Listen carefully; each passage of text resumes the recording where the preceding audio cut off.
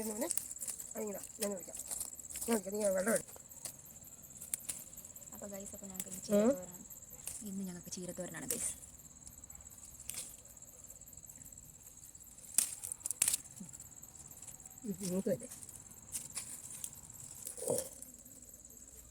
ഈ ചീരയ്ക്ക് പ്രത്യേക ഒരു ടേസ്റ്റ് അല്ലേ?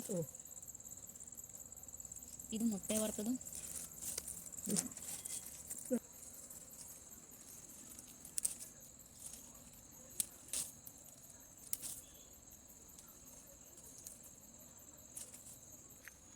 നമ്മളിതേ ചീരത്തോരൻ ഉണ്ടാക്കാൻ പോകണം കേട്ടോ. വെളിച്ചെണ്ണ അതേപോലെ സബോളയും കടുകും കൂടി ഇതേ നല്ല രീതിയിൽ ഒന്ന് മൂപ്പിച്ചെടുക്കുന്നുണ്ട് കേട്ടോ. നമ്മളിതേ ചീര അരിഞ്ഞ് മാറ്റി വെച്ചിട്ടുണ്ടായിരുന്നേ. ചീരയ്ക്കകത്ത് നമ്മൾ അതേപോലെ തേങ്ങയും അതേപോലെ പച്ചമുളകും മഞ്ഞൾപ്പൊടിയും കൂടി ഇട്ട് നല്ല രീതിയിൽ തിരുമ്മി വെച്ചിട്ടുണ്ടായിരുന്നു കേട്ടോ.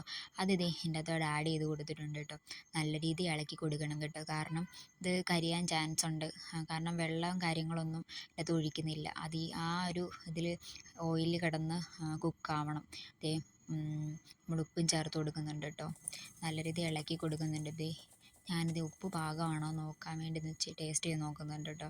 അപ്പോൾ അടിപൊളിയായിട്ടുണ്ട്, വെന്തിട്ടുണ്ട് കേട്ടോ. അപ്പോൾ അത്രയേ ഉള്ളൂ ഗൈസ്.